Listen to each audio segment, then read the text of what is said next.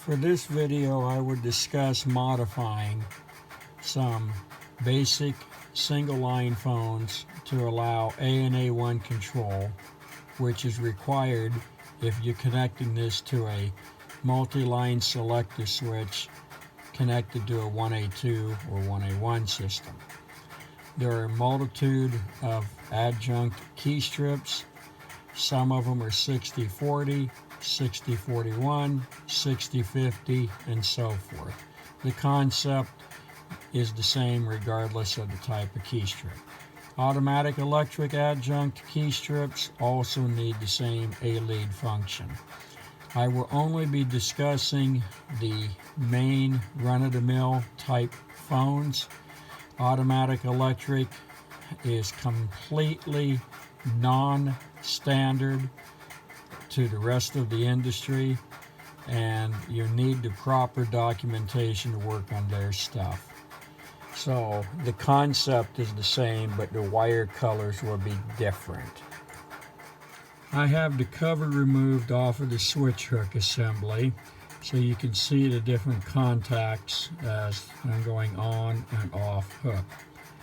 The contacts that we will be dealing with are at the extreme right hand end, so you will not need to touch these contacts, but that is where they're at for this style of switch hook. This style of switch hook is found in your standard rotary dial desk phones, touch tone phones, and 554 wall phones. When you get into the mini wall phones or the Trimline and Princess, the switch hook is different, but the wire combinations are the same. The first step is the jack that the wall cord connects to.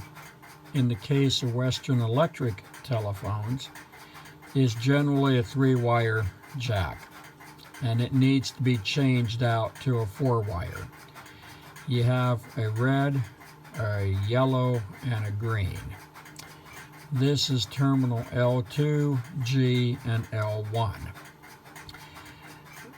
Once you have changed out the jack and matched up the colors 1 for 1, then you would, unless you can remember to do this at the time, take the ringer lead, which is generally red, and the line jack, which is generally red, remove them from the L2 terminal, and then over here on the C terminal is a brown wire from the switch hook.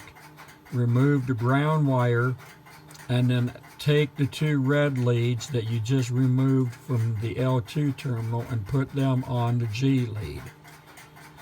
That way the phone is now still working, but they're only breaking one side of the line. The brown lead that was removed from terminal C can now be added to the G terminal, and the yellow and black lead that was of the new jack that you put here, the yellow, of course, you've already laid that back down, and the black lead would go where the red leads used to, and this becomes your A and A1 switch through the yellow and the brown lead. One thing to keep in mind when modifying any telephone, the 2 switches that was used to break the phone line has different break times. So if you have a switch hook that's got different colors or made by a different manufacturer and the wire colors are not correct, if you hang up and the switch contacts are in the wrong state, as in you've used a different pair than what should have been used, the line will go on hold, and the only way around that is to swap the contacts, because one set of contacts will open before the other set of contacts, and you want to open the phone line prior to opening the A lead, otherwise the line will go on hold. this concept is the same if it's a dial phone or a wall phone. When you get into the mini wall and princess phones, the hook switches are different style and layout, but generally the colors are the same. Next to working on automatic electric equipment, the most miserable phone made when it comes to repairs is the Trimline phone. Yes, they were compact, they were nice because the dial was in the handset, and they were built like a 2500 or 500 electrically. They were very robust for the most part. The biggest problem the Trimline had was the transmitters, the T1s, becoming packed, and then your voice would be muffled. The early Trimline phones, both desk and wall, had a dial lamp in them, which was a 53A bulb, worked in 6 to 8 volts AC. They work okay on 10 volts, 12 volts, so you can't hook it up to your key system. You just shorten the life of the bulb. If you have lots of bulbs, you don't care. You cannot put a 51A in where a 53 is because the 51A most of the time is too big.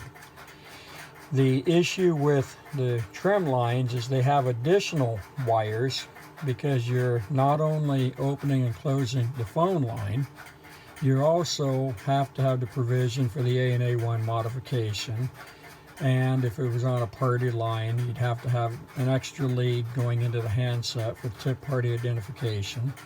And the hook switch in this case is only opening and closing the ringer lead, and the phone line, of course, to the handset. However, there's a recall button in the handset, and the actual network of the phone is in the handset. So here you have the dial light to contend with, and then, as I just said, the other leads. So there's extra wires here. Again, this phone has a brown, yellow, and a slate lead, and those are the proper leads for the A lead. These terminal boards are laid out mostly the same amongst ITT, Western, and Stromberg. And if you have a schematic for any of them, it will get you to the right location. And again, what I'm trying to teach is the concept, not where to connect each individual wire to. There's too many variations of phones for me to explain that. And I would need to have one of every type. And I probably have a very high percentage of them, but the video would just be way too long.